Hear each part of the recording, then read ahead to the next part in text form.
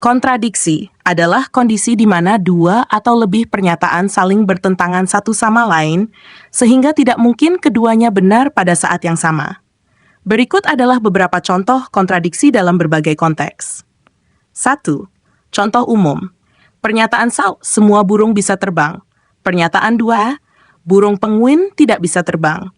Dalam contoh ini, kedua pernyataan bertentangan karena pernyataan pertama mengklaim bahwa semua burung dapat terbang, sementara pernyataan kedua memberikan contoh spesifik dari burung yang tidak bisa terbang.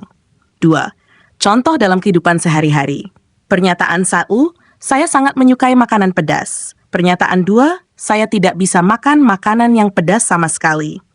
Di sini, seseorang tidak bisa secara konsisten mengklaim menyukai makanan pedas dan tidak bisa memakannya pada saat yang sama. Contoh dalam argumen. Kita harus menghemat energi untuk melindungi lingkungan. Premis 2, kita perlu menggunakan lebih banyak listrik untuk meningkatkan kenyamanan kita. Dua premis ini saling bertentangan dalam konteks kebijakan lingkungan dan penggunaan energi. 4. Contoh logika formal. Premis 1, jika E maka B. A tetapi tidak B. Dalam logika, jika premis pertama benar, maka premis kedua tidak bisa benar. Ini adalah contoh klasik dari kontradiksi dalam bentuk logika. 5. Contoh dalam literatur atau film, karakter yang berbicara. Saya tidak percaya pada cinta, tetapi saya sangat mencintai seseorang. Dalam konteks ini, karakter menyatakan ketidakpercayaan pada cinta, tetapi pada saat yang sama mengaku mencintai seseorang, menciptakan kontradiksi. 6. Contoh dalam persetujuan dan penolakan. Pernyataan 1, saya setuju untuk pergi ke pesta. Pernyataan 2, saya tidak akan pergi ke pesta itu.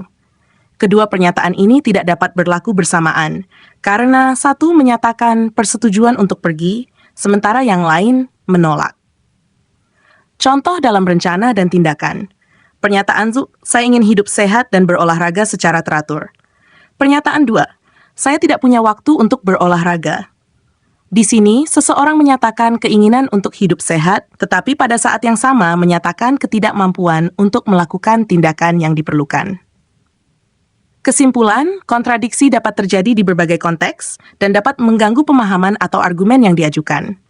Mengidentifikasi dan mengatasi kontradiksi penting untuk memastikan kejelasan dan konsistensi dalam komunikasi serta pemikiran logis.